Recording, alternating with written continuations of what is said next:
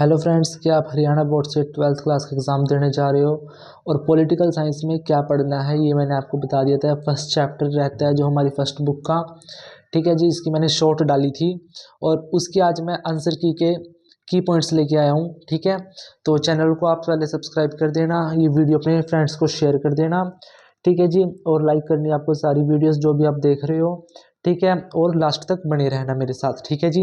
Channel को आप search कर सकते हो नो स्टडी फैक्ट्स के नाम से, ठीक है। और आपको मैं बता देता हूँ जो फर्स्ट चैप्टर का हमने आपको बताया था लॉन्ग क्वेश्चन, उसकी मैं आंसर की पॉइंट लेके आया हूँ कि आपको कैसे अटैम्प्ट करना है। इस वीडियो में हम की पॉइंट्स पढ़ेंगे इस चैप्टर के। जो फर्स्ट क्वेश्चन है, ठीक है जी, 6 मार्क्स का जो क्वेश्चन है पॉलिटिकल साइंस का, इंपॉर्टेंट क्वेश्चन क्लास 12th के लिए, जो मैंने क्वेश्चन आपको बताए थे शॉर्ट में। अगर आपने वो वीडियो नहीं देखी है तो इससे पहले आप वो वीडियो देख लीजिए, ठीक है जी। लिंक उसका मैं डिस्क्रिप्शन में डाल दूंगा, शॉर्ट वीडियो उसके अंदर क्वेश्चन से सारे के सारे इंपॉर्टेंट क्वेश्चन। तो स्टार्ट करते हैं। तो फर्स्ट क्वेश्चन जो हमने देखा था, ठीक है, वो था राष्ट्र निर्माण से आप क्या समझते हैं, इसके मुख्य तत्व लिखने हैं, ठीक है जी। कि राष्ट्र निर्माण से आप क्या समझते हैं। अब क्वेश्चन है, देखिए आपका लॉन्ग क्वेश्चन है, ठीक है जी, 6 नंबर का है। तो आपको क्या करना है इसके अंदर, सबसे पहले तो इंट्रो, हर एक क्वेश्चन के अंदर इंट्रो सबसे ज़्यादा जरूरी है। 4 लाइनें इंट्रो की लिखनी है आपको, ये बहुत ज़्यादा जरूरी है। इंट्रो तो होनी ही चाहिए हर एक क्वेश्चन के अंदर। ये इंट्रो आप अपनी हेल्पिंग बुक जो भी आप ले रहे हो, ठीक है, उससे आप लिख सकते हो। उसके बाद जो पॉइंट रहता है, आपको हेडिंग्स पॉइंट्स ऐसे बनाने हैं और अंडरलाइन जरूर करना है। मैंने इसमें अंडरलाइन नहीं किया है। जो इंग्लिश मीडियम वाले हैं वो इंट्रो जरूर लिखेंगे। सेकंड पॉइंट जो रहता है, सेकंड पॉइंट रहता है राष्ट्र निर्माण का अर्थ, यानी कि मीनिंग ऑफ नेशन बिल्डिंग, कि नेशन को हम कैसे बिल्ड करेंगे, ठीक है, इसका मतलब क्या है, ठीक है जी। कि नेशन को बिल्ड करना है, इसका मतलब क्या है, ये भी आपको हेडिंग बना के लिखना है जब आप 6 नंबर का क्वेश्चन लिखोगे। और डबल अंडरलाइन तो जरूर करनी है, डबल अंडरलाइन करके ही आपको लिखना है। और ब्लैक पेन के साथ ऐसे करके, पेंसिल के साथ या फिर ब्लैक पेन के साथ ही डबल अंडरलाइन कर देना जी, ठीक है। उसके बाद चाहे आप एक परिभाषा लिखो, बट राष्ट्र निर्माण की परिभाषा जरूर लिखनी है। Doctor JR. शिवाज की हमने इसमें डाल लिया क्योंकि ये आसान है, ठीक है। और ये क्या डेफिनेशन है ये भी मैं आपको बता देता हूँ। इस डेफिनेशन में है कि राष्ट्र निर्माण का अर्थ है एक और कबीला, संप्रदाय, जातीय, भाषाई अथवा क्षेत्रीय आधार पर समाज को विभाजित करने वाली समस्या को नष्ट करना, और दूसरी ओर मनोवैज्ञानिक भावनाओं की एकता और भाईचारा है, ठीक है जी। ये डॉक्टर जे.आर. शिवाच है जो उन्होंने अपने डेफिनेशन में लिखा है, ठीक है। इसमें मैंने मेंशन नहीं किया है, आप अपनी गाइड या फिर जो भी हेल्पिंग बुक आप ले रहे हो उससे कर सकते हो। तो ये जो मैंने आपको 3 पॉइंट बताए हैं, ठीक है जी, ये 3 पॉइंट आ जाते हैं राष्ट्र निर्माण से आप क्या समझते हैं, ठीक है। उसके बाद आती है कि इसके मुख्य तत्व कैसे लिखने हैं, ठीक है। तो आपको ऐसी ही हेडिंग बना लेनी है, राष्ट्र निर्माण के तत्व, ठीक है जी। उसमें क्या करना है, आपको ऐसे लिखना है राष्ट्र निर्माण के तत्व। एक हेडिंग तो ये होगी ब्लैक पेन के साथ, ऐसे ही सेंटर में लिखना है बिल्कुल, ठीक है। तो इसमें क्या लिखना है, राष्ट्र निर्माण के तत्व। जो भी आप पॉइंट्स लिखोगे ऐसे फ्लो चार्ट बनाओगे, पहले आप फ्लो चार्ट बनाओगे, ठीक है। जिसके अंदर क्या फर्स्ट पॉइंट लिखना है, राष्ट्रीय स्वतंत्रता, यानी कि जिस देश को, जिस राष्ट्र को, ठीक है, जिसका निर्माण करना है, सबसे पहले तो वो स्वतंत्र होना चाहिए ना। वो किसी अदर उसके कंट्री के, किसी दूसरे देश के उसमें डोमिनेंस में नहीं होना चाहिए, ठीक है जी। उसके ऊपर किसी दूसरे देश का कब्जा नहीं होना चाहिए, ठीक है जी। यानी कि वो जो देश है वो स्वतंत्र होना चाहिए। उसके बाद है राष्ट्रीय भावना, ये बहुत ज़्यादा इंपॉर्टेंट रहता है, राष्ट्र की भावना। अब जैसे कि क्या हुआ, कोई मान लो XYZ देश है, ठीक है, राष्ट्र है, अब उसका निर्माण करना है, ठीक है। अगर वहाँ के जो राजनीतिक दल है, ठीक है जी, जो दल बने हुए हैं, जो कमेटीज है, जो प्लानिंग कमीशन है, अगर उनका मोटो ही कुछ और हो, या उनका मोटो ये हो कि देश को कहीं और बेच दो किसी दूसरे देश को, मतलब कि एक देश को बनाने के लिए, राष्ट्र का निर्माण करने के लिए जो वहाँ के राजनीतिक दल हैं, ठीक है जी, जो राजनीतिक दल है उनमें भावना भी तो होनी चाहिए ना कि हाँ जी, कि क्या है कि राष्ट्र का जो निर्माण करना है। मैं आपको ये एक काम करता हूँ कि मैं आपको ना ये बता देता हूँ कि डेफिनेशन में लिखना क्या क्या है। ये मेरे पास हेल्पिंग बुक है, ठीक है जी। जो मैंने पॉइंट्स लिखे हैं राष्ट्र निर्माण के तत्व में, सबसे पहले क्या है राष्ट्रीय स्वतंत्रता। राष्ट्रीय स्वतंत्रता में आपको क्या लिखना है, यदि कोई राष्ट्रीय समुदाय विदेशी नियंत्रण के अधीन है, ठीक है, ये मैंने आपको बताया है कि विदेशी नियंत्रण मतलब किसी दूसरे देश के नियंत्रण में नहीं होना चाहिए, तो ऐसे समुदाय के लिए राष्ट्र निर्माण का प्रश्न ही नहीं उठता। ऑब्वियस ही बात है, जब कोई और मान लो कि ये ए नाम से आपका जो क्या है राष्ट्र है, और इसके ऊपर डोमिनेंस कौन कर रहा है, जे नाम का, ठीक है जी। अब ये थोड़ा चाहेगा कि ये ए नाम को हम स्वतंत्र करें या फिर इसका नियंत्रण अपने देश के ऊपर इसका नियंत्रण हो, ये दोनों चाहेगा, तो ऐसा तो प्रश्न नहीं उठता, ठीक है जी। सन 1947 से पहले जब भारत अंग्रेजी शासन के अधीन था, भारत सभी को पता है 1947 में आजाद हुआ, उससे पहले किसका अधीन था, अंग्रेजों का, तो राज्य द्वारा राष्ट्र निर्माण की कोई आशा नहीं की जा सकती थी। अब अंग्रेज थोड़ी ना आपका राष्ट्र निर्माण करेंगे, ठीक है जी। इतने आंदोलन हुए, इतने जो वीर जवान है, ठीक है, वो शहीद हुए हैं, ठीक है जी, इतनी क्या कहा, इतने हमारे वीर जवानों ने बलिदान दिए हैं, उन्हीं के ही उससे बदौलत से हमें आज़ादी मिली है। तो क्योंकि अंग्रेज थोड़ा ना चाहते हैं, उनसे थोड़ा हम आशा कर सकते थे कि ये हमें आज़ाद करेंगे या फिर हमारे राष्ट्र का निर्माण करेंगे, ठीक है जी।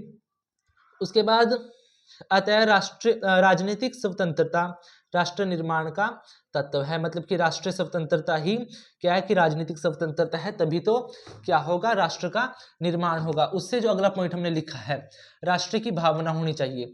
किसी राजनीतिक समुदाय के राष्ट्र निर्माण के लिए केवल बाहरी नियंत्रण से स्वतंत्रता ही काफी नहीं है। जी हाँ, बिल्कुल, क्या कहते हैं कि सिर्फ बाहर से स्वतंत्रता पाकर थोड़ी ना वो होएगा राष्ट्र का निर्माण, बल्कि उसके लिए लोगों के मन में राष्ट्रीय चेतना एवं भावना भी होनी चाहिए, ठीक है जी। जब तक लोगों के दिलों में राष्ट्र के साथ संबंधित होने का गर्व तथा भावना पैदा नहीं होती, तब तक उन लोगों के एक राष्ट्र के रूप में संगठित करना कठिन हो जाता है। मतलब कि जब तक लोगों के अपने मन में फीलिंग नहीं होगी राष्ट्र के लिए, तब तक हम उसको क्या नहीं कर सकते, राष्ट्र का निर्माण नहीं कर सकते। उसके बाद जो पॉइंट रहता है विभिन्नता में एकता की स्थापना। विभिन्नता में एकता की स्थापना में क्या है कि वर्तमान युग में शायद ही कोई ऐसा राज्य होगा जिसमें लोगों में भाषा, धर्म, जाति और संस्कृति आदि के आधार पर विभिन्नता नहीं पाई जाती। मतलब कि देखो, एक चीज बताता हूँ मैं आपको, कोई एक राज्य है, इसके अंदर अलग अलग भाषा बोलने वाले लोग रहते हैं, ठीक है जी, अलग अलग कास्ट के लोग रहते हैं, अलग अलग समुदाय के लोग रहते हैं, ठीक है, संप्रदाय के लोग अलग रहते हैं, ठीक है, संस्कृति के लोग अलग, धर्म के लोग, ठीक है जी। तो ये क्या है कि एक राज्य के अंदर अलग अलग लोग पाए जाते हैं ना, फिर भी हम सभी क्या इकट्ठे रहते हैं। तो यही तो है यूनिटी इन डाइवर्सिटी, ठीक है जी, विभिन्नता में एकता, यही तो है, ठीक है, कि क्या है कि हम सभी लोग अलग अलग होने के बाद भी इकट्ठे रहते हैं, और अगर हम इकट्ठे रहेंगे तभी क्या होगा कि एकता की स्थापना से ही तो राष्ट्र का निर्माण अनिवार्य होगा, ठीक है जी। या फिर अगर हम कह सकते हैं क्या है कि राष्ट्र निर्माण के लिए राजनीतिक स्वतंत्रता, उचित सार्वजनिक सत्ता, ठीक है, लोगों के मन में राष्ट्रीय भावना तथा जनसंख्या में विभिन्नता राष्ट्र निर्माण के लिए आवश्यक तत्व है, ठीक है। तो हमने 1 2 3, ठीक है, ये पॉइंट कर लिया। उसके बाद क्या है कि राष्ट्र निर्माण में राज्य की भूमिका, ये राज्य अब एक राष्ट्र का निर्माण करना है, मतलब कि एक बड़े तौर पर किसी एक देश का निर्माण करना है, तो उसमें इसके जो अलग अलग छोटे छोटे पार्ट्स में जो राज्य हैं, ठीक है जी, जो राज्य हैं यानी कि स्टेट्स हैं, उनका क्या रोल रहेगा, ठीक है, रोल यानी कि उनकी क्या भूमिका रहेगी।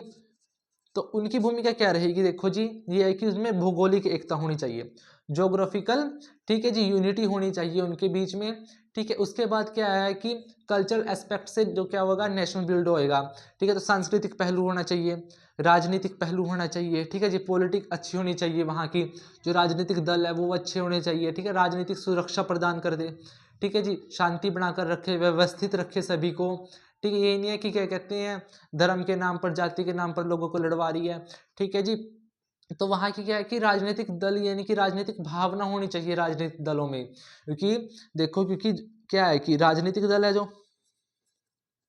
राजनीतिक दल या फिर जो भी हमारे राजनीतिक दल हैं, ठीक है, जब तक उनके लिए राष्ट्रीय भावना नहीं होगी तो देश का विकास कैसे होगा, क्योंकि पॉलिसीज बनाना भी उन्हीं का काम है, उनको लागू करना, लॉज बनाना है, ठीक है जी।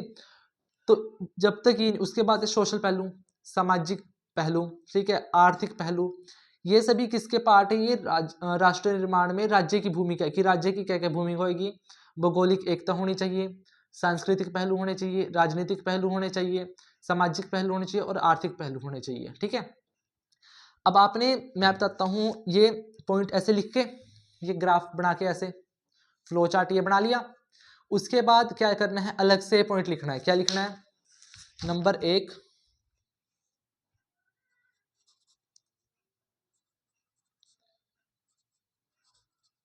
राष्ट्रीय स्वतंत्रता। ठीक है जी, इसको डबल अंडरलाइन करना है। उसके बाद इसको डिफाइन करना है। डिफाइन करने के बाद सेकंड पॉइंट लिखना है। ठीक है जी, क्या है सेकंड पॉइंट? राष्ट्रीय भावना। ठीक है जी, उसको डबल अंडरलाइन करना है। डिफाइन हो गया। ऐसे ही आपको ये सारे के सारे यहाँ तक चार्ट डिफाइन करने हैं। इसको फ्लो चार्ट पे ही रहने दो। ठीक है जी, इसको ज़्यादा वो करने की जरूरत नहीं है, डिफाइन फ्लो चार्ट तक रहने दो। उसके बाद सबसे ज़्यादा इंपॉर्टेंट क्या है कि निष्कर्ष। निष्कर्ष में क्या लिखोगे आप? जो कुछ भी आपने ऊपर डिफाइन किया है उसका निष्कर्ष लिखना है। ठीक है जी, कि हाँ जी हमने ये सब चीज़ें डिफाइन की है और इसका ये निष्कर्ष निकलता है। तो निष्कर्ष आपको बहुत ज़्यादा जरूरी है जब भी आप लॉन्ग क्वेश्चन करते हो। ठीक है जी, उसके अंदर आपको निष्कर्ष लिखना जरूरी है। तो आप निष्कर्ष में क्या लिख सकते हो कि निसंदेह, मैं आपको अभी दिखा देता हूँ, रुको हेल्पिंग बुक से, ये लिखना है आपको निष्कर्ष में। निसंदेह राष्ट्र निर्माण एवं राष्ट्रीय एकीकरण की समस्या पर आज भी भारत के लिए चुनौती बनी हुई है, लेकिन यह कृत्रिम अधिक है। ठीक है जी, इसके लिए राजनीतिक दल बड़े पैमाने पर उत्तरदायी हैं। राजनीतिक, देख मैं कह रहा हूँ ना कि जब तक राजनीतिक दल नहीं अच्छा काम करेंगे ना, या फिर अच्छी पॉलिसीज नहीं बनाएंगे, ठीक है, तो विकास तो तभी होएगा ना, क्योंकि बड़े पैमाने पर एडमिनिस्ट्रेटिव काम है जो वो भी उन्हीं के उसमें होता है। प्रशासन कैसे काम कर रहा है, किसी राज्य का प्रशासन कैसे काम कर रहा है, ये आगे जाके देश के विकास में विडंबना का बहुत बड़ा कारण बनता है। ठीक है जी, तो उसके बाद क्या है, जो अपने सुकुचित दृष्टिकोण के चलते राष्ट्रीय हितों की परवाह नहीं करते। बिल्कुल सही लिखा हुआ कि कई बार कहते हैं राजनीतिक दल हैं वो अपने सुकुचित दृष्टिकोण यानी कि अपने गलत दृष्टिकोण के क्या कहाँ चलते राष्ट्र के हितों की परवाह नहीं करते। वो सिर्फ अपना मतलब देखते हैं कि हाँ जी सत्ता में तो हम हैं और हम ही सब कुछ है। ठीक है जी, वास्तविकता में सभी भारतीयों में राष्ट्रीय निर्माण एवं राष्ट्रीय एकीकरण की भावना अंतर्निहित होनी चाहिए। मतलब कि अपने ही अंदर होनी चाहिए, किसी के बताने से नहीं होनी चाहिए राष्ट्रीय निर्माण की भावना। ठीक है जी, कि राष्ट्र का निर्माण कैसे होगा, हमको राष्ट्रों का एकीकरण यानी कि इकट्ठे कैसे रहना है, सभी लोगों को एकजुट कैसे करना है। ठीक है जी, केवल नारे नारे से काम नहीं होता, जब तक अपने मन में सच्ची भावना ना हो राष्ट्र के प्रति, केवल उसे बुनाने की आवश्यकता है जिसे सामूहिक प्रयत्नों से प्राप्त किया जा सकता है। मतलब कि इकट्ठे होकर सामूहिक वचन मतलब प्रयत्न मतलब कि इकट्ठे होकर प्राप्त किया जा सकता है। ये आपको निष्कर्ष में लिखना है, आप यहाँ से स्क्रीनशॉट ले सकते हो। ठीक है जी, तो ये था कि आपको अटेम्प्ट कैसे करना है। एक बार फिर से ओवरव्यू बता देता हूँ। सबसे पहले इंट्रो। ठीक, इंट्रो में क्या रहेगा कि आप जो भी लिखने जा रहे हो वो क्या है कैसे है। ठीक, ये चीज़ क्लियर हुई। उसके बाद रहता है राष्ट्र निर्माण का अर्थ, मीनिंग ऑफ नेशन बिल्डिंग, कि उससे जो आप लिख रहे हो राष्ट्र निर्माण, इसका मतलब है क्या, क्या है राष्ट्र निर्माण। मतलब कि एक बड़े पैमाने पर सभी राज्यों को इकट्ठे करके एक नए राष्ट्र का निर्माण करना। ठीक है, राष्ट्र निर्माण की परिभाषा डॉक्टर JR सिवाच ने जो दे रखी है आप वो लिख सकते हो, वो आसान है। ठीक है, मैं आपको बता रहा हूँ एक डेफिनेशन एटलीस्ट 1, अगर आप 2 या 3 याद करते हो तो मैं आप गारंटी देता हूँ आप एग्ज़ाम में क्या करोगे कि जो फिलोसफर है, ठीक है, उसका नाम कुछ और लिख दोगे और आप डेफिनेशन कुछ और लिख दोगे। अगर, ठीक है जी, एक याद कर लो, सही याद करो। ठीक है, क्योंकि कई बार क्या होता है कि बच्चे फिलोसफर कुछ और लिख देते हैं, डेफिनेशन किसी और की लिख देते हैं। अब एग्जामिनेशन बचा रहा, ठीक है जी, क्या सोचे ये ठीक करूँ कि ये ठीक करूँ। ठीक है जी, तो वो आपका आधा या 1 नंबर यहाँ पे काट देता है। तो मेक श्योर जितना लिखो सही लिखो। ठीक है जी, सेकंड क्या आता है, फोर्थ पॉइंट आपका राष्ट्र निर्माण के तत्व, जो मेन हमने क्वेश्चन पूछा। देखो क्वेश्चन में हमने परिभाषा नहीं पूछी, ठीक है जी, लेकिन हमने लिखी। ठीक है, इंट्रो नहीं पूछा कि इसका क्या भूमिका है, नहीं पूछा ना, लेकिन हम बात कर रहे हैं 6 नंबर की। जब हम 6 नंबर के क्वेश्चन अटैम्प्ट करते हैं तो भूमिका, अर्थ, डेफिनेशन, ठीक है, तत्व, ठीक है जी, जो पूछा ही नहीं की, और निष्कर्ष तो बहुत ज़्यादा इंपॉर्टेंट रहता है। ठीक है, तो हम यहाँ पर थे, तो आपको पहले फ्लो चार्ट बनाना है। क्या बनाना है जी, फ्लो चार्ट। इससे क्या होगा कि एक तो आपका यानी कि जो आंसर है वो भरा भरा लगेगा, और एक आपकी जो क्रिएटिविटी है वो पेपर में दिखाओ। सच कह रहा हूँ, पेपर में क्रिएटिविटी दिखाओ, अच्छे नंबर से पास हो जाओगे। ठीक है जी। राष्ट्रीय स्वतंत्रता, कि जिस राष्ट्र को बनाना है पहले उसको स्वतंत्र तो करा लो। अब जैसे क्या हुआ कि भारत देश आज़ाद हुआ है, उसी के बाद राष्ट्र निर्माण हुआ है, या अंग्रेजों के टाइम से हमने राष्ट्र का निर्माण किया था? नहीं ना।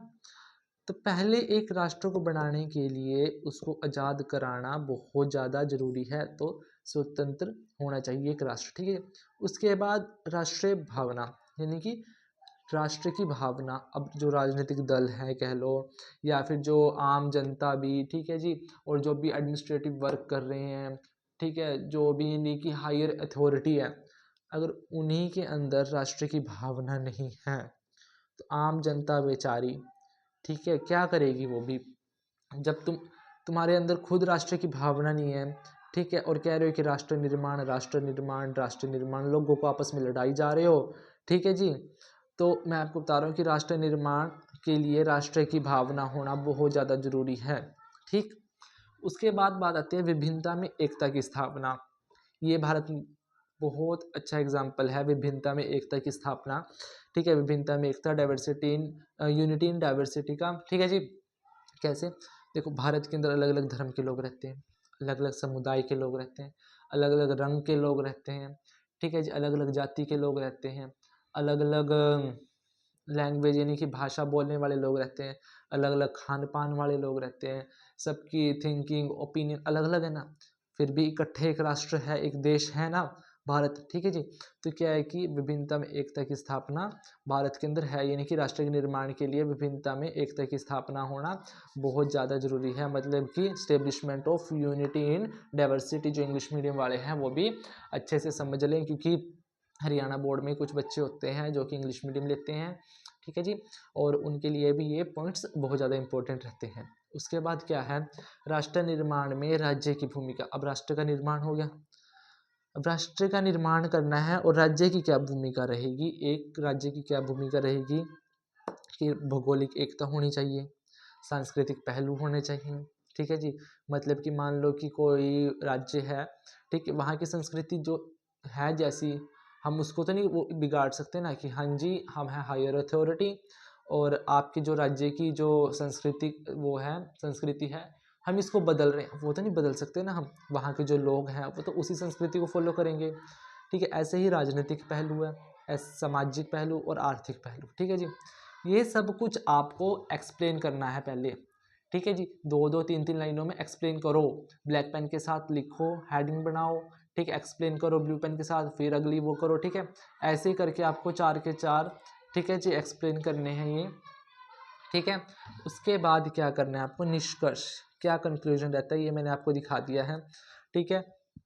कंक्लूजन आपको जरूर लिखना है। ठीक है जी। हर एक क्वेश्चन में आपको कंक्लूजन जरूर लिखना है। हर एक मतलब कि जो भी लॉन्ग क्वेश्चन रहते हैं, लॉन्ग क्वेश्चन में भूमिका, निष्कर्ष, निष्कर्ष, भूमिका, ये चीज़ तो इम्पोर्टेंट है, इम्पोर्टेंट है। ठीक। तभी तो 6 नंबर आएंगे ना, जब 5 पॉइंट उनको दिखेंगे कि हाँ लिख रखा है कुछ, तभी आएंगे। तो ये रहते हैं हमारा कि पेपर को कैसे अटैम्प्ट करने हैं, फिर आंसर की कैसे अटैम्प्ट करनी है। अगर आपको ये चाहिए है, मैं बता देता हूँ कि भूमिका के अंदर मैटर क्या लिखना है, इसके अंदर मैटर क्या लिखना है। ठीक है। इसके लिए आप टेलीग्राम चैनल को ज्वाइन कर लेना, मैं आपको डिस्क्रिप्शन में लिंक दे दूँगा, उसके अंदर मैं आपको ये शेयर कर दूँगा। ठीक है जी। ये चीज़ मैं आपको शेयर कर दूँगा, और आंसर की भी मैं आपको शेयर कर दूँगा। तो ये 6 नंबर के क्वेश्चन के जो आंसर की पॉइंट्स है कि आपको क्या क्या लिखना है। ठीक है जी। टेलीग्राम चैनल आप ज्वाइन कर लेना, अगर नए हो तो चैनल को सब्सक्राइब कर लेना। Thank you for watching my video. और ऐसे आपको जो अगला क्वेश्चन है, जो अगर आपने शॉर्ट देखी है, ठीक है जी, तो उसके अंदर आपको शॉर्ट की वो अगला जो क्वेश्चन है उसके आंसर पॉइंट्स मिल जाएंगे। ठीक है।